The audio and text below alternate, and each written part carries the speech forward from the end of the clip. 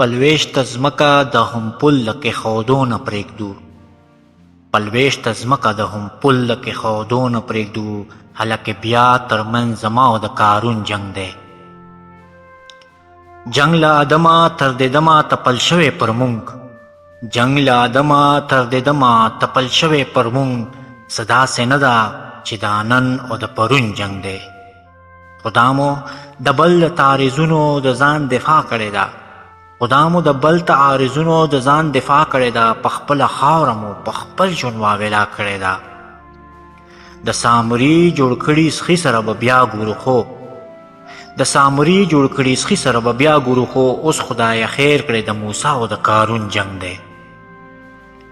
ټوپک د بل د ماشه او د سینا دواړه زما، ټوپک د بل د ماشه او د سینا دواړه زما، زما په خاوره د پښتون او د پښتون جنګ دی، زما په خاوره د پښتون او د پښتون جنګ دی. ټوپک د بل د ماشه او سینه دواړه زما، زما په خاوره د پښتون او د پښتون جنګ دی، د پښتون او د پښتون جنګ دی، د پښتون جنګ دی.